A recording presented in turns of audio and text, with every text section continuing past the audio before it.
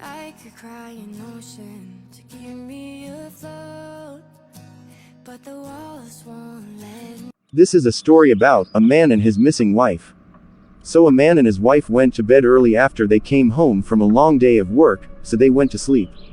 The next morning the man wake up and saw his wife was not in the bed with him, so he say, she must be in the kitchen making breakfast. So he went downstairs and call her name. As he went downstairs, he saw that she wasn't there. He find that strange, that she wasn't there, so he say maybe she had gone to the grocery store to pick up some stuff. He went and call her phone, but the phone keeps saying that the number is not in reach at this moment. After that he got worried, so he went and asked his neighbors if they had seen his wife for the morning. They all say no, they haven't saw her for the morning. So after he hear that, he called the police to file a missing report about his wife. Then the police came later to their house to investigate his missing wife. The police started the investigation to see where his wife could be. They started by asking around the neighborhood to get everyone's side of the story. Where could she be? After hours of trying to find a clues where his wife could be, the police come to a conclusion that the man may be having them on a wild goose chase, because everyone the police had questions had say that they have never knowing or seen this wife that he is claiming that he has. The police was shocked to hear that the man had lied to them, so they started to look for evidence in their home, but found no trace of the wife that he said he had. But the man stands strong to his story that he had been married for 4 years and he and his wife came home together and both went to bed last night. So police say that, sir, have you been taking any medication lately?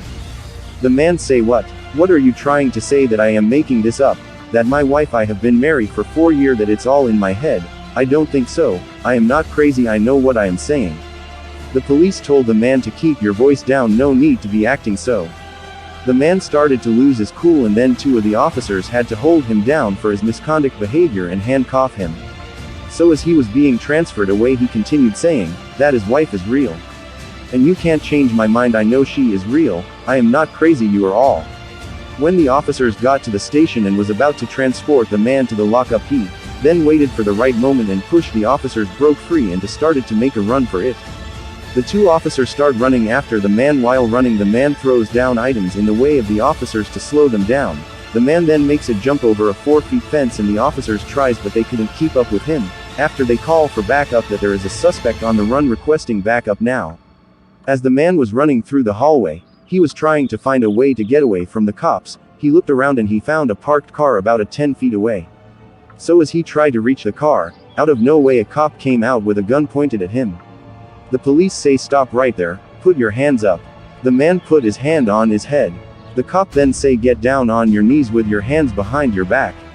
When the officers was about to handcuff the man, the man then pushed the officers into the car.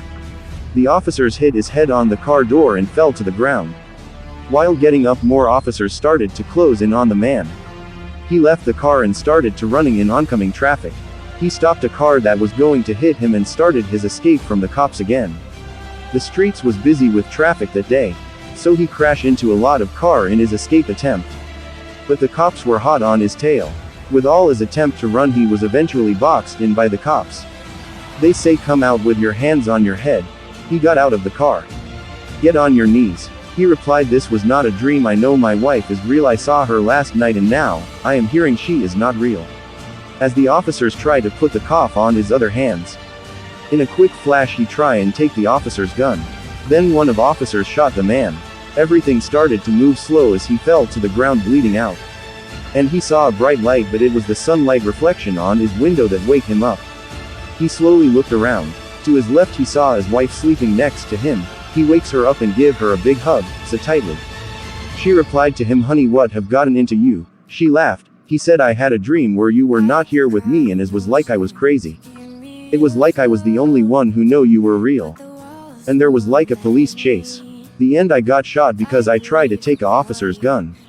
She replied, like you had a lot on your mind to think about, or you really missed me. But he said maybe, but what a nightmare dream that was. So that morning they went and had their breakfast and laughed about the entire story. The end.